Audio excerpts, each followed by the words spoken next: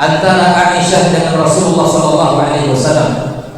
Ketika Rasul melihat dalam kondisi jiwanya tenang, dalam kondisi bahagia, maka Aisyah datang kepada Rasulullah SAW sebagai istri, meminta doa kepada suaminya. Ini pelajaran mahal juga dalam kehidupan rumah tangga kita kaum muslimin. Pernahkah tidak para ummahat untuk meminta doa yang tulus dan ikhlas kepada suaminya, sebagaimana yang telah dicontohkan oleh bunda kita Aisyah radhiyallahu taala anha datang kepada Rasulullah sallallahu alaihi wasallam, "Ya Rasulullah, ud'ullah li." Wahai Nabi, doakan aku di sisi Rabbmu. Maka Nabi sallallahu alaihi wasallam mengatakan, "Allahumma ighfir li Aisyah ma taqaddamat wa ma ta'akhkharat wa ma asrarat wa ma a'lanat." Ya Allah, ampunkanlah dosa daripada Aisyah, ampunkanlah dosa istriku ini, dosa yang dilakukan dari masa lampau, dosa yang akan datang, dosa yang dilakukan dalam kondisi sembunyi-sembunyi, dan dosa yang dilakukan dalam terang-terang. Maka kemudian mendengarkan doa itu, Aisyah radhiyallahu taala anha ketawa. Saking senangnya Aisyah, maka ketawanya sampai jatuh kepada menyentuh daripada paha atau lutut daripada Aisyah radhiyallahu taala anha. Maka melihat situasi seperti itu kaum muslimin, Rasulullah bertanya kepada Aisyah, "Wahai Aisyah, apakah engkau senang dan gembira karena doaku tadi yang aku lantunkan untukmu kepada Rabbku?" Maka Aisyah menjawab, "Kaum muslimin, kaum muslimat, tentu saja ya Rasulullah, aku merasa bangga, aku merasa bahagia dengan doa kamu tadi." Maka Rasulullah sallallahu alaihi wasallam mengatakan, "Ketahuilah wahai Aisyah, apakah engkau kira itu adalah doa khusus untukmu? Apakah engkau kira itu adalah doa spesial untukmu?" Nabi sallallahu alaihi wasallam menyingkap rahasianya, "Ketahuilah wahai Aisyah, sesungguhnya doaku tadi adalah doa yang aku baca, doa yang aku lantunkan kepada Rabbku dalam setiap sholatku untukmu." Beginilah perhatian Rasulullah SAW kepada umat ini kaum muslimin. Doa dalam sujudnya dia teringat kepada kita. Doa dalam munajat yang khusyuk, menangis kepada Allah agar kita diselamatkan dari siksa Allah Subhanahu wa taala. Sudahkah kita menyambut kerinduan Rasulullah SAW? Sudahkah kita menyambut kecintaan Rasulullah SAW kepada kita? Sudahkah kita berusaha untuk menyambut bagaimana membuktikan kecintaan kita kepada Rasulullah SAW? Kaum muslimin rahimahullah, Nabi selalu merindukan umat ini. Nabi selalu merindukan umat ini. Bahkan nanti orang yang paling sibuk di padang mahsyar adalah Rasulullah SAW. Manusia dari Adam alaihissalam sampai manusia yang paling terakhir akan dikumpulkan Allah di padang mahsyar. Dikumpulkan Allah azza wa jalla. Dia sujud kepada Allah, memuji Allah dengan pujian yang belum pernah dia puji Allah ketika di dunia. Maka kemudian ada suara yang manggil kepada Rasulullah SAW, "Ya Muhammad, irfa' ra'sak, angkat kepadamu, sal tu'ta, mintalah pasti kamu akan diberi, washfa' tushaffa, dan mintalah syafaat maka kamu akan diberikan." Kamu sudah tahu kita yang diminta oleh Nabi kita alaihi salatu wasallam adalah keselamatan bagi umat ini. Tidakkah kita berusaha untuk menjemput cinta Nabi tadi dengan cinta sejati dan tidak utuhnya, dengan cara menjalankan syariatnya, ikuti aturannya, patuhi apa yang telah disampaikan olehnya.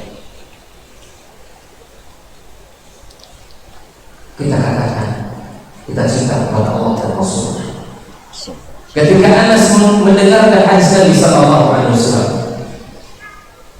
sebuah dialog antara Nabi dengan salah seorang sahabat yang bertanya kepada Rasul, "Ya Rasulullah, mata sah?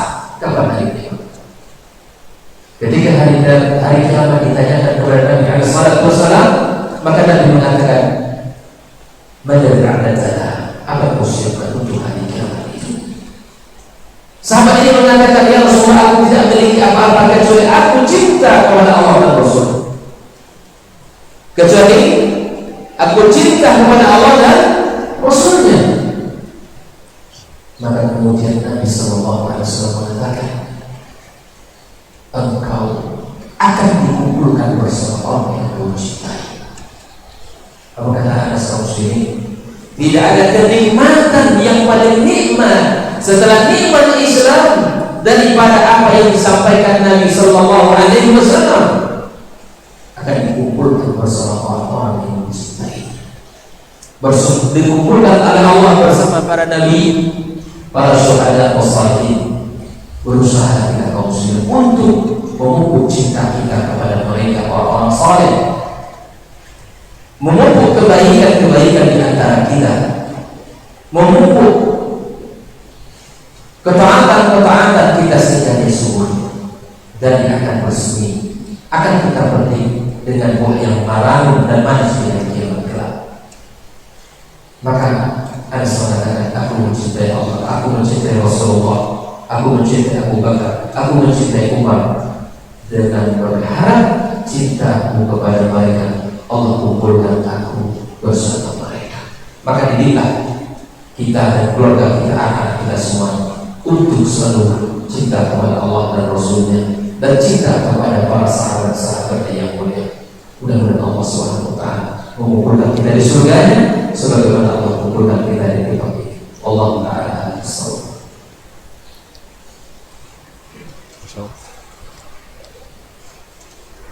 Lawan we jangan namanya dah.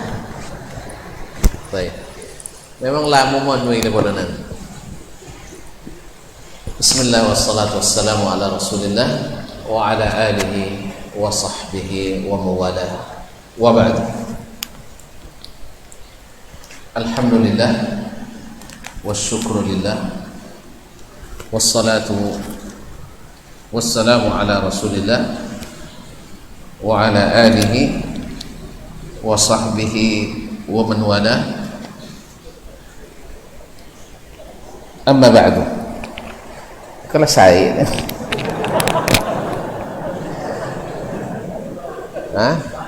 Anda perlu, baik. Ini main long komen itu deh. Baik. Ada orang. Iya, baik. Kaum muslimin dan muslimat dirahmati Allah. Tadi Abu Kiwa mau seboleh minik sarang. Rasan kawan dia ambilnya banyak. Jadi lama nang kodin-kodin lah kan. Baik. Memang kalau labas berhasil lalai wana. Kaum muslimin dan muslimat dirahmati Allah. Saya tidak banyak tambahkan, sekira kesimpulannya sudah jelas tadi. Tapi yang ingin saya sampaikan sekarang adalah bahwasanya Allah menyebut bahwa jalan kebenaran itu hanya satu, tetapi jalan kebatilan itu banyak. Sebab Allah menyebut cahaya dengan satu, an-nur, yang datang dari Allah dan Rasulnya sallallahu alaihi wasallam.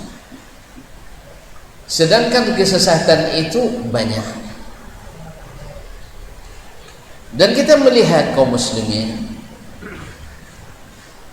lahan yang belum dibersihkan dan belum ditanam, disemai dengan tanaman yang kita inginkan, tumbuhnya teratur atau tidak teratur?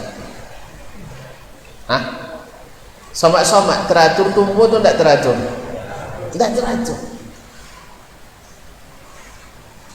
kacau.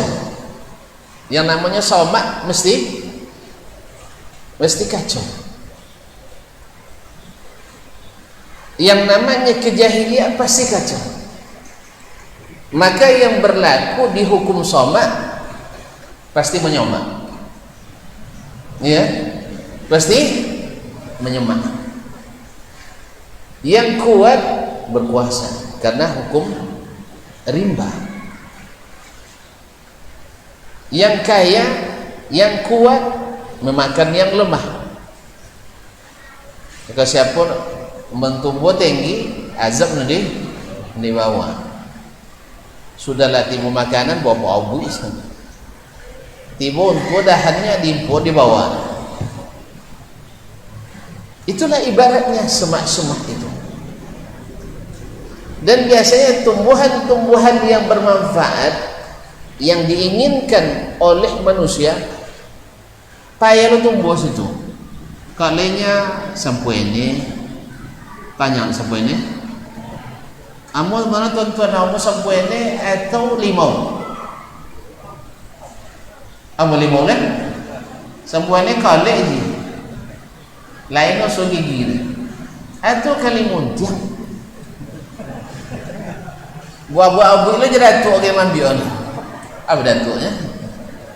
Hah, orang satu-satu apa ni? Jimau. Ni satu nak boleh sebut imau ni. Datang aja. Antu mawa ke mainyon tiga. Dulu mak kita kan di rimba. Apa ya? Antu banyak ilmu gitu. Sabu datang pun kaum muslimin.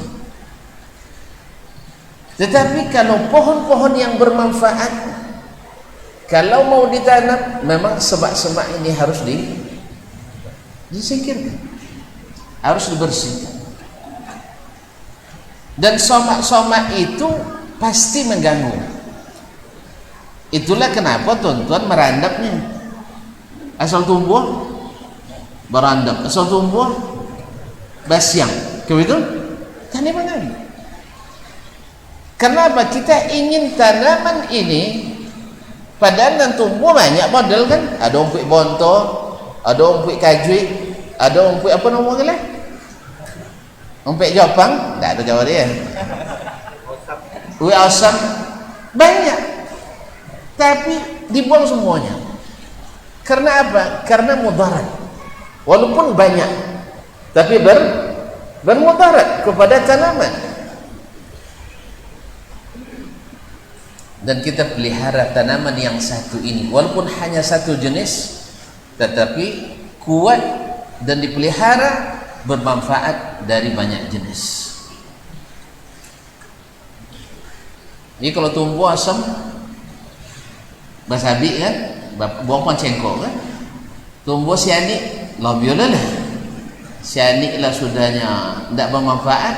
Kalau wak lalu asal dari lensau luko dah, asal lensau luko juga juga ni tujuh nya daun contoh-contoh malu lor.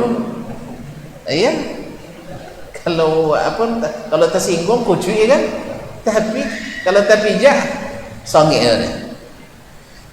Itu semua disingkirkan kaum muslimin. Karena memang zulumat itu banyak, tapi nur itu satu. Maka Allah menyebut nur itu dengan kalimat mufrad, zulumat dengan banyak. Oleh sebab itu tidak heran dan tidak aneh bila dunia ini lebih banyak zulumatnya daripada cahayanya. Daripada cahaya, lebih banyak orang yang tidak berimannya daripada orang berimannya. Oleh itu kaum muslimin dan muslimat dirahmati Allah, maka cara berpikirnya orang-orang yang dalam kegelapan dengan orang-orang yang bawa cahaya sama? Tidak. Orang yang dalam kegelapan selalu kalau berjalan berlagu, iya. Maka siapa yang tidak mendapatkan cahaya dari Allah dan dari sunnah Rasulullah SAW suka berlagu. Ada cahaya ditujukan ke London ya. Apa sebab? Silau ni. Inilah biasa kan? Biasa kan kalam. Biasa kan kalam. Yang kedua, orang yang berjalan dalam kegelapan kod sering terantuk atau tersandung. Dan orang yang berjalan di dalam cahaya yang terang jarang ada, tapi jarang.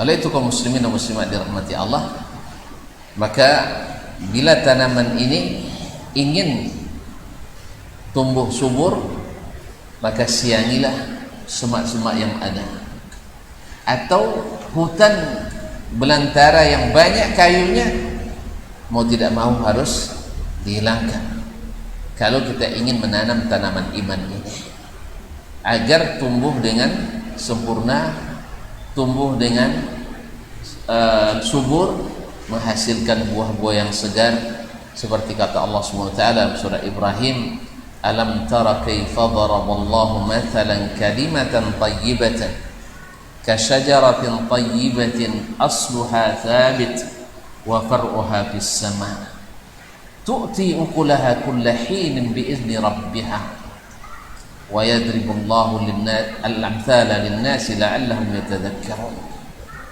Tidakkah kalian perhatikan Allah membuat permisalan kalimat tayyibah itu, kalimat tauhid la ilaha illallah, kalimatan tayyibah kasyajaratin tayyibah, seperti pohon yang tumbuh subur, asluha thabit, akarnya kuat, kokoh, karena dia memang disiapkan tanah itu untuknya sendiri, tidak dicampuri dengan urat-urat kayu yang lain atau semak-semak yang lain. Asluha thabit, kokoh, wa far'uha fis sama', ya kalau uratnya kokoh karena dia sendiri di tempat itu, tidak ada dicampuri oleh akar-akar yang menyemak, maka tumbuhlah akar, dahan-dahannya menjulang ke atas.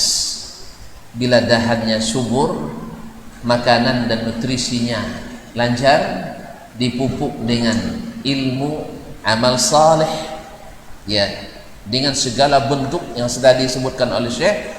Yang sebenarnya membahas masalah ini Dr. Helmi, tapi beliau berhalangan dan kirim salam. Tadi saya lupa. Assalamualaikum warahmatullahi wabarakatuh. Beliau dalam keadaan kurang sehat, doakan mudah-mudahan Allah berikan afiat dan kesehatan, amin. Diberikan dengan pupuk, dijaga, disiangi, nanti akan lahir, akan mendatangkan tu'ti ukulaha kullah, memberikan buah setiap saat. Tidak pakai musim lagi, ya. Kalau durian bermusim-musim, ya, tahu bermusim-musim. Ini tidak, tanpa mengenal musim. Begitulah kalimat tayyibah ini sepanjang masa. Kulla yaumin biizni rabbiha tu'ti ukulaha kulla hinin, setiap waktu, biizni rabbiha, dengan izin Rabbnya. Lalu Allah Subhanahu wa taala, wa yadribullahu al-amthala lin-nasi la'allahum yatadhakkarun, Allah memberikan permisalan kepada manusia agar mereka senantiasa ingat. Ini contoh bila ditanam dengan subur. Itulah maka Nabi SAW ketika diajak untuk bekerja sama untuk menyatukan agama yang dibawa dengan agama yang lain, Nabi tolak karena Allah menolak. Qul ya ayyuhal kafir. Ini yang tidak subur, buahnya tidak sehat, buah berulat karena ditanam di semak-semak. Segala pohon-pohon yang menyemak tidak disingkirkan, lalu tumbuh tanaman ini kadang-kadang sakit, kadang-kadang pucuk dia makan dia oleh, batang digoyok deh kumbang. Kalau goyok kumbang sehat, kan tak pernah jadi kumbang udah ya. Kaum muslimin dan muslimat dirahmati Allah SWT. Tangan buaya dek kumbang, uwe di makan dek lundi. Tentu buahnya tak akan bagus. Oleh sebab itu kaum muslimin dan muslimat, maka Allah katakan, wa mathalu kalimatin khabithatin ka syajaratin khabithah jatutsat min fawqil ard ma laha min qarar. Dan perumpamaan kalimat yang buruk itu lawan daripada la ilaha illallah adalah seperti pohon yang buruk yang tidak subur, uratnya keluar kemudian tidak pernah kokoh, tidak pernah punya pendirian, kemana angin ke situ tumbang, ibarat baling-baling di atas bukit, kemana arah angin ke situ dia mengarah. Oleh itu kaum muslimin dan muslimat, kalimat thayyibah yang didakwahkan oleh Rasulullah SAW dan didakwahkan oleh seluruh nabi sebelumnya adalah la ilaha illallah ani abudullah wajtanibut taghut. Tak mungkin dikumpulkan antara iman dengan kekufuran, antara tauhid dengan kesyirikan, antara membenarkan dengan kemunafikan, antara ketaatan dengan kemaksiatan. Karena itu adalah ibarat positif negatif yang tak boleh dipertemukan, ibarat air dan minyak yang tak mungkin menyatu, ibarat punggung dengan rembulan tak pernah ketemu. Kaum muslimin dan muslimat yang dirahmati Allah SWT, mudah-mudahan kita tidak lagi seperti orang yang berpikir dalam semak-semak. Orang yang berjalan dalam semak, dia tidak punya rambu-rambu. Kalau di hutan ada rambu-rambu lalu lintas, kecepatan 2 km per jam ada di situ larangan, dilarang membunyikan klakson. Nengkodok le nyawa, gitu ya. Ya, kalau itu biasa di hutan tuh harus nyawa, melang takut. Melang takut ya. Ini kalau tidak ada uang kan, tidak ada nyawa berarti tidak ada uang. Ke dokek lah roh. Jangan jauh dulu lah. Balik ke pangkal. Sebab semakin tidak ngawan uang, awak semakin mudah hilang. Jadi di semak kita sering ketakutan. Di semak kita berjalan tanpa kepastian. Tidak ada rambu-rambu. Di semak kita selalu bimbang dan rentan untuk tersesat. Oleh sebab itu, maka keluarkan semak-semak itu, baik semak kesyirikan, semak kemunafikan, semak kemaksiatan, semak kepura-puraan, semak keragu-raguan, disiangi itu semua ditebang dan tanamkan kalimat tauhid dengan penuh ilmu, dengan penuh keyakinan, dengan penuh ketedukan, dengan ketaatan, dengan menerima, dengan mencintai kalimat ini, dan dengan mengamalkan dan ikhlas hanya karena Allah Subhanahu wa taala. Karena kalimat ini sangat berharga karena menentukan subur tidak suburnya tanaman kita, dan subur tidak subur menentukan hasil yang akan kita panen nanti di sana. Apakah kita akan menuai buah yang hampa ataukah kita akan mendapatkan panen yang bernas, buah-buah yang segar. Itu akan terlihat di saat semua amal akan kita lihat. Semoga Allah SWT menjadikan kita orang-orang yang senantiasa menjaga tauhid ini dengan bahan-bahan yang telah Allah turunkan asli dari langit. Baik, barangkali sampai di sini. Sebab kalau dibuka lagi nanti mungkin susah direm nanti. Terima kasih dan mohon maaf. Sekali lagi saya ucapkan terima kasih kepada para pengurus secara khusus Masjid Babus Salam yang telah memberikan kesempatan emas ini. Kalau bukan karena Allah kemudian izin mereka, saya tidak bisa duduk di sini, tidak bisa berbuat kebaikan ini. Semoga segala kebaikan yang dihasilkan pada pertemuan ini Allah limpahkan pahalanya kepada mereka, karena mereka menjadi penyebab pertemuan yang mudah-mudahan diterima ini. Amin ya rabbal alamin. Dan terima kasih kepada para hadirin dan hadirat semuanya. Semoga hujan yang turun membawa rahmat kepada kita. Allahumma shayyiban nafi'ah, dan semoga pula semakin mengokohkan kita di dalam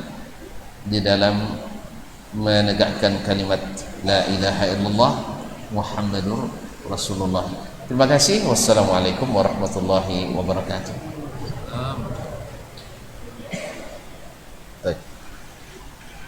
Terima kasih kepada kedua ustaz yang menyampaikan. Jadi sambungan kepada kali ini.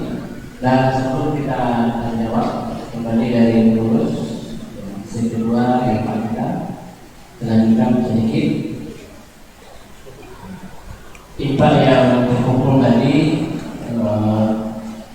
uang kontan 14.430.000 rupiah, sedangkan pengakuan 135 paket atau diuangkan 3.750.000 rupiah.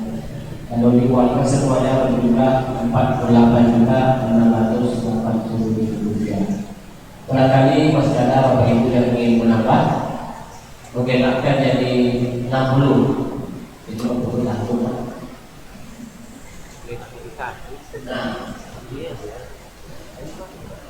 Ini boleh hutang ni.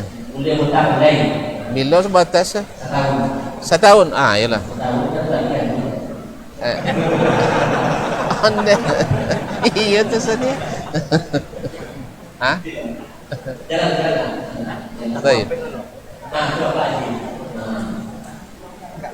Kalau yang tadi saya bilang mau ready. Ketua itu. Ready yang pakai. Kalau boleh 2 tahun tu untuk aman ayat bintuan wadah saya pakai sang. Kompet. BB Ustaz ayat amaten Mintu orang ke? mingguan Kodbol. Datu ke? daturan kodbol. Ninian ke? Ini lagi. Iya. Bapak itu anak. Tapi setahun hutang lah. Tahun tanggal 1 itu. Insyaallah aman insyaallah. Jadi Ustaz tambah 6 paket. 6 paket.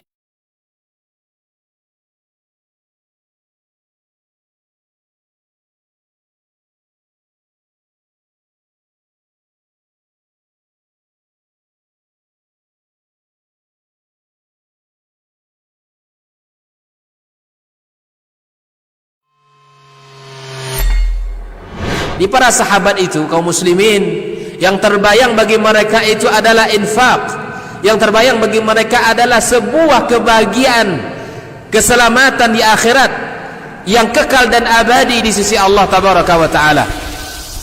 Semua kita boleh klaim sekarang. Kamu cinta Nabi? Cinta Ustaz. Cinta Nabi? Cinta Ustaz. Termasuk saya. Cinta Nabi? Cinta. Kapan tahunya? Besok di akhirat. Maka apa kata Nabi sallallahu alaihi wasallam? Amalur rajuli biyadih. Penghasilan yang terbaik adalah pekerjaan yang dilakukan oleh seseorang dengan tangannya sendiri. Wa kullu bai'in mabrur. Dan setiap jual beli yang mabrur.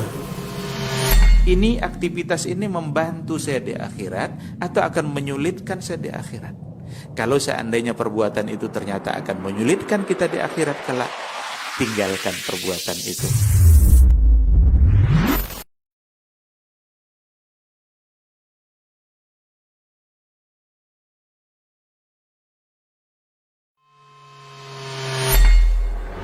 Di para sahabat itu, kaum muslimin, yang terbayang bagi mereka itu adalah infak, yang terbayang bagi mereka adalah sebuah kebahagiaan, keselamatan di akhirat yang kekal dan abadi di sisi Allah tabaraka wa taala.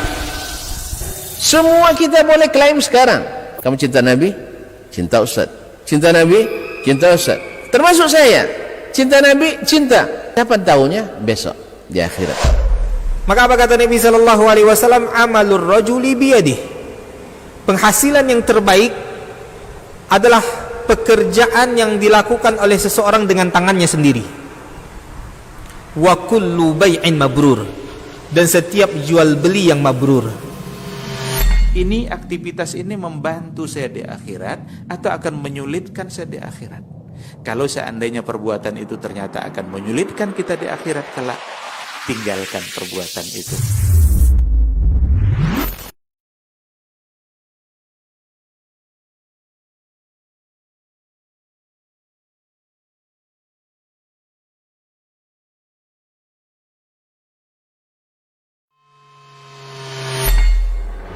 Di para sahabat itu, kaum muslimin, yang terbayang bagi mereka itu adalah infak. Yang terbayang bagi mereka adalah sebuah kebahagiaan, keselamatan di akhirat yang kekal dan abadi di sisi Allah tabaraka wa taala. Semua kita boleh klaim sekarang. Kamu cinta Nabi? Cinta Ustaz. Cinta Nabi? Cinta Ustaz. Termasuk saya. Cinta Nabi? Cinta. Dapat tahunya besok di akhirat. Maka apa kata Nabi sallallahu alaihi wasallam? Amalur rajuli biyadih. Penghasilan yang terbaik adalah pekerjaan yang dilakukan oleh seseorang dengan tangannya sendiri. Wa kullu bai'in mabrur, dan setiap jual beli yang mabrur. Ini aktivitas ini membantu saya di akhirat atau akan menyulitkan saya di akhirat? Kalau seandainya perbuatan itu ternyata akan menyulitkan kita di akhirat kelak, tinggalkan perbuatan itu.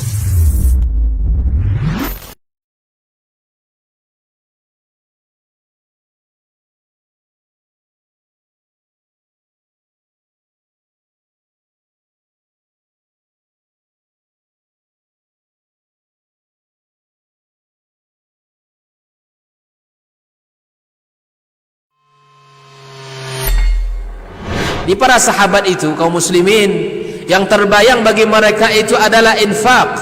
Yang terbayang bagi mereka adalah sebuah kebahagiaan, keselamatan di akhirat yang kekal dan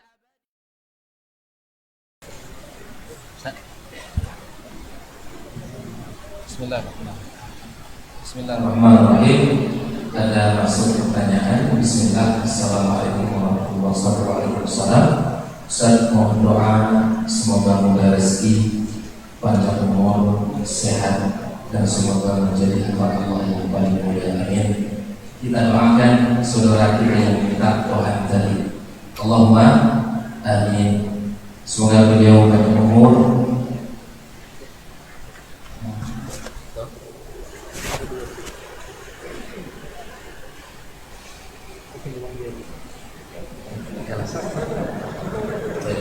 semoga saudara kita panjang umur, sehat badan, dimudahkan rezekinya. Baik.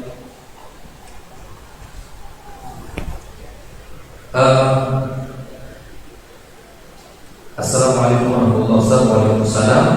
Ustaz, seperti apa cara menghilangkan pikiran-pikiran negatif atau kotor dalam diri saya? Allah gambarkan di dalam Al-Quran Al-Karim tentang sebuah permisalan tentang tanah yang subur, wal baladu thayyibu la yakhruju, ya, bahwa tanah yang subur tidak akan keluar darinya kecuali tumbuh-tumbuhan yang baik mula atas izin Allah. Tidak akan keluar dari pikiran-pikiran kita yang kotor-kotor, tidak akan ada dari pikiran kita yang negatif-negatif kalau kita bersihkan jiwa kita. Kalau kita jaga dengan tilawah, kalau kita jaga dengan zikir, kalau kita berteman dengan orang saleh, yang kita bicarakan yang baik-baik, yang kita diskusikan yang bermanfaat, insya Allah akan hilang dari diri kita, ya, sesuatu yang buruk-buruk tadi. Kalau tanahnya tidak subur, tanahnya gersang, kata Allah, tak akan tumbuh, tak akan keluar darinya kecuali tanaman-tanaman yang rusak, yang tidak baik, yang tidak menghasilkan. Maka kalau kita isi diskusi kita, obrolan kita, bicara kita tentang dunia, tentang perkara-perkara yang buruk, maka ya, yang sering kita lihat yang buruk, yang sering kita baca yang buruk, yang sering kita obrolkan yang buruk, maka yang akan keluar adalah yang buruk-buruk. Agar pikiran kita bersih, agar pikiran kita ini positif, maka ubahlah pola pikir kita, ubahlah obrolan kita, ubahlah bacaan kita, ya, bertemulah dengan orang-orang soleh, khusus masuklah, rajinlah duduk dalam majelis-majelis ilmu. Kalau sudah ayat-ayat Allah masuk ke dalam jiwa kita, kalau hadis-hadis Nabi itu menyentuh lubuk hati kita, insya Allah yang akan keluar seperti Allah gambarkan adalah orang-orang yang selalu berzikir kepada Allah dalam kondisi berdiri, dalam kondisi duduk, dalam kondisi bahkan berbaring. Kita akan senantiasa ingat kepada Allah Subhanahu wa Ta'ala. Allahu Ta'ala akan bisawab. Kemudian ada pertanyaan, Bismillah, Ustaz, adakah sama hasilnya di hadapan Allah menanam janji dengan serius dan menanam janji dengan cara bergurau? Di sini ada dua hal muslim. Yang pertama, Nabi menyebutkan al-muslimu ala syuruti. Muslim itu berdasarkan syarat yang telah disepakati. Sepakatnya seperti apa? Berjanjinya seperti apa? Maka tepati. Mukmin tidak boleh dia mengkhianati. Bahkan Nabi menyebutkan ya bahwa orang, salah satu ciri orang-orang munafik itu apa? Kalau dia berjanji ingkar, disuruh munafik. Maka kalau kita berjanji tepati. Kalau kita memang serius ya dalam janji kita, itulah mukmin tepati. Jangan kita bercanda-canda pada perkara-perkara agama. Jangan kita berjanji-janji dalam bergurau. Seperti dalam sebuah hadis Nabi sallallahu alaihi wasallam disebutkan ya, la yahillu li muslimin ay yurawwi'a musliman. Tidak halal bagi seorang muslim menakut-nakuti muslim lainnya. Hadis ini secara nyata dan jelas memberikan kepada kita gambaran larangan kita bergurau atau menakut-nakuti orang lain. Tidak boleh kita bercanda ya, kemudian berjanji dengan cara bergurau atau menakut-nakuti saudara kita. Tidak boleh. Nah, hadis ini kalau kita tarik dalam kehidupan kita zaman sekarang ya, sangat erat kaitan dengan apa yang disebut oleh anak muda dengan prank. Ya, banyak sekali anak muda hari ini melakukan menjebak, menakut-nakuti teman-temannya dengan cara-cara yang tidak baik. Muslim kata Rasulullah itu min husni islamil mar'i tarkuhu ma la ya'ni. Yang tidak baik itu tidak disebutkan, ditinggalkan. Tapi yang baik itu dikerjakan. Mukmin yang baik, sesuatu yang bermanfaat dia datangi. Tapi sesuatu yang tidak bermanfaat dia tinggalkan. Itu mukmin yang baik. Ukur diri kita hari ini. Ukur diri kita hari ini muslimin. Apa yang banyak kita kerjakan? Yang baik-baik atau banyaknya kita bercanda, bergurau? Maka pelajari kembali kadang-kadang bergurau itu. Tak boleh kita bergurau pada sesuatu yang tidak benar. Maka kalau ada yang bertanya masalah bagaimana ngeprank orang lain gitu ya, tidak boleh, karena muslim itu tidak dibolehkan melakukan sesuatu menakut-nakuti saudaranya, atau bahkan mungkin menakuti dengan mengajukan pistol atau pisau. Tidak boleh, walaupun itu bercanda, itu tidak boleh. Bahkan mengambil barang orang lain dengan bercanda itu tidak boleh. Maka jangan buat janji-janji yang tidak benar. Muslim itu janjinya benar. Jadi kalau berjanji ditepati oleh ikhwani, maka tentunya tidak sama. Sekali lagi, orang kalau sudah berjanji tepati, dan jangan buat janji-janji yang tidak benar, karena dikhawatirkan kita akan masuk kepada apa yang dikatakan Nabi Sallallahu Alaihi Wasallam, kita akan masuk golongan ya waliyadzubillah dari orang-orang munafikin. Allahu ta'ala a'lam bissawab. Jazakallah khair. Ada beberapa pertanyaan. Pertama, barangkali mirip juga dengan apa yang disampaikan beliau. Assalamualaikum warahmatullahi wabarakatuh. Waalaikumsalam warahmatullahi wabarakatuh. Seperti apakah cara memperkuatkan iman dan menjauhi larangan-larangan Allah atau maksiat dan menjauhi apa yang dilarang oleh Allah Subhanahu wa taala? Dengan cinta. cinta kepada Allah Subhanahu wa taala membuat kita takut untuk tidak mengikuti apa yang diperintahkan. Dan cinta kepada Allah Subhanahu wa taala membuat kita takut untuk tidak menyenangkannya. Barangkali yang sudah pernah, siapa yang pernah jatuh cinta? Iya. Kita tanya, tolong dia enggak pulang, enggak mau bosan bini? Hah? Tolak berarti enggak cinta udah. Lalamu. Enggak lama. Sekarang jadi bini enggak tolak dia enggak ngemalin. Apalagi setelah jadi, demikian cinta melakukan. Nah, cinta ini dengan apa? Makanya kalimat la ilaha illallah itu tak bermanfaat kalau tidak diiringi dengan mencintai.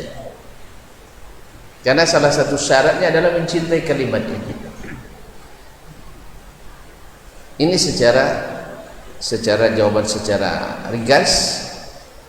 Dan tentu saja kaum muslimin dan muslimat, iman itu bertambah dengan ketaatan dan berkurang dengan kemaksiatan.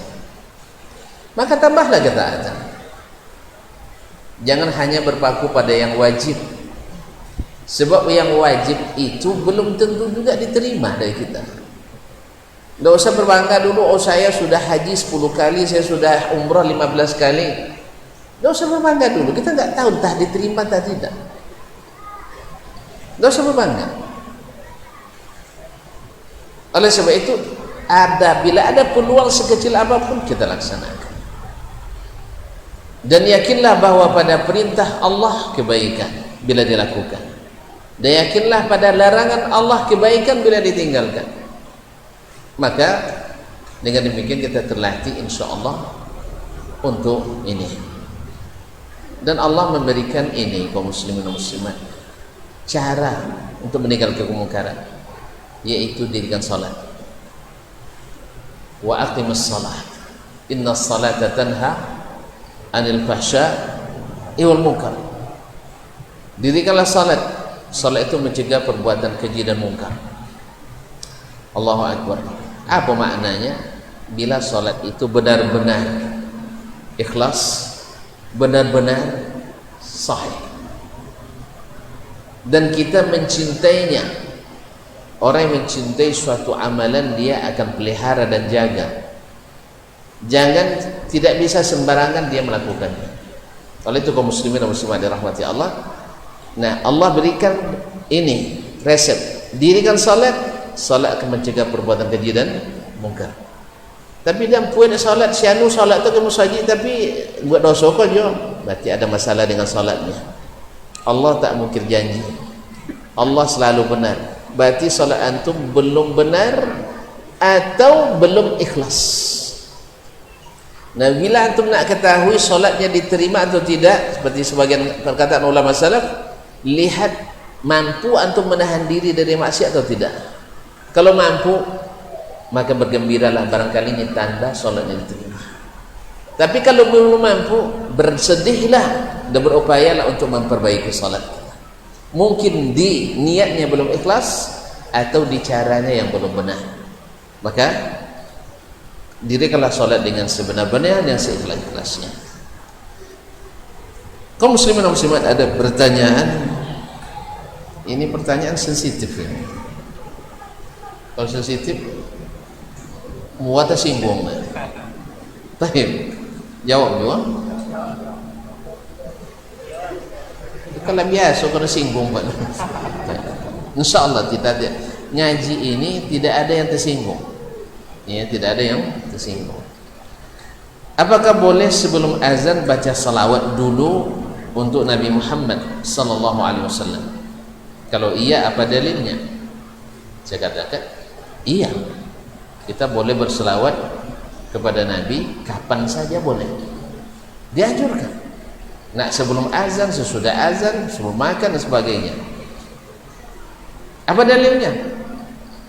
Man shalla alaihi salatan sallallahu biha alaihi asyra. Siapa yang salawat kepadaku 1 kali, Allah balas 10 kali. Dan ini bersifat umum, kapanpun. Nak sambil tidur, nak sambil berjalan, nak sambil olahraga ucapkan selawat, nak sambil ngaji. Kecuali sambil mau hajat tu nak boleh. Jadi selawat itu disunnahkan kapanpun, dimanapun, kecuali tempat-tempat yang terlarang. Jelas dalilnya? Innallaha wa malaikatahu yusalluna 'alan nabi. Ya ayyuhalladzina amanu sallu 'alaihi wa sallimu taslima. Allah, para malaikat berselawat kepada Nabi SAW.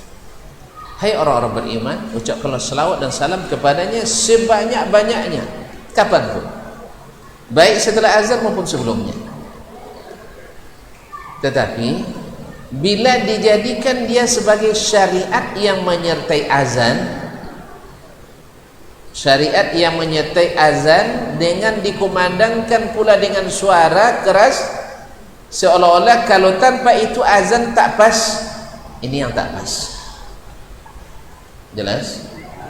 Jauh lebih zornya menjadikannya sebagai salah satu syariat azan, artinya tanpa salawat azan tak pas, atau dikumandangkan seperti azan, as-salatu wassalamu alaik misal.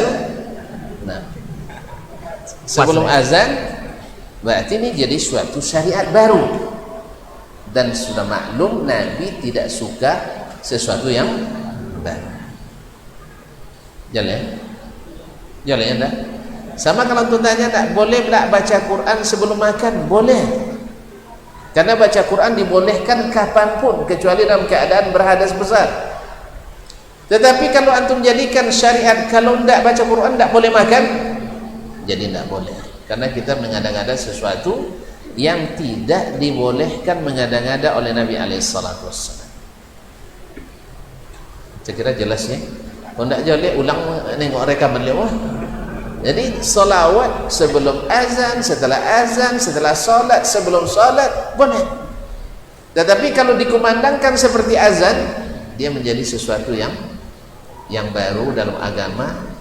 Mengkhususkan sesuatu yang umum perlu dalil khusus. Ya, kita tidak boleh mengkhususkan sesuatu yang umum kecuali dengan dalil. Sebagaimana tidak boleh mengumumkan yang khusus kecuali dengan dalil. Mudah-mudahan bisa dipahami dengan baik. Itu cuma kau tersinggung ya, Nah, alhamdulillah. Ya mudah-mudahan. Jadi silakan baca selawat antum sebelum sholat, sebelum tarawih, sebelum azan. Cuman jangan dijadikan sebagai syariat yang mengikuti azan. Dengan makna itu sudah menjadi brand pula. Kalau tidak azan, tidak pakai selawat, berarti tidak azan ahli sunnah wal jamaah. Ini bahaya. Karena kita sudah menjadikan syarat yang tidak disyaratkan Allah dan Rasulnya sallallahu alaihi wasallam. Maka perbanyaklah selawat kepada Nabi alaihi salatu wassalam, karena doa yang paling banyak dan cepat dikabulkan Allah selawat itu. Selawat kepada Nabi alaihi salatu wassalam. Ya, Imam Ibnu Jauzi menyebutkan setidaknya, atau Ibnu Qayyim menyebutkan setidaknya ada 10 manfaat dari selawat. Di antaranya doa kita cepat dikabulkan Allah Subhanahu wa taala. Sekira jelas sekali jawabannya, tidak perlu ditambahkan lagi. Kalau kurang nanti telepon aja lah. Terima kasih dan mohon maaf. Hanya ini yang dapat kami lakukan malam ini. Semoga apa yang telah antum berikan, baik langkah yang ditayungkan ke sini, niat yang baik, infak yang diberikan, semoga menjadi amal yang ikhlas semata-mata karena Allah. Dan kalau ada yang tidak ikhlas, nanti Allah jadikan ikhlas sekarang insyaallah taala. Amin ya rabbal alamin. Dan segala kekurangan kami mohon dimaafkan, dan segala kebaikan itu semata-mata taufik dari Allah. Maka bersyukurlah kepada Allah Subhanahu wa taala. Wassalamualaikum warahmatullahi wabarakatuh.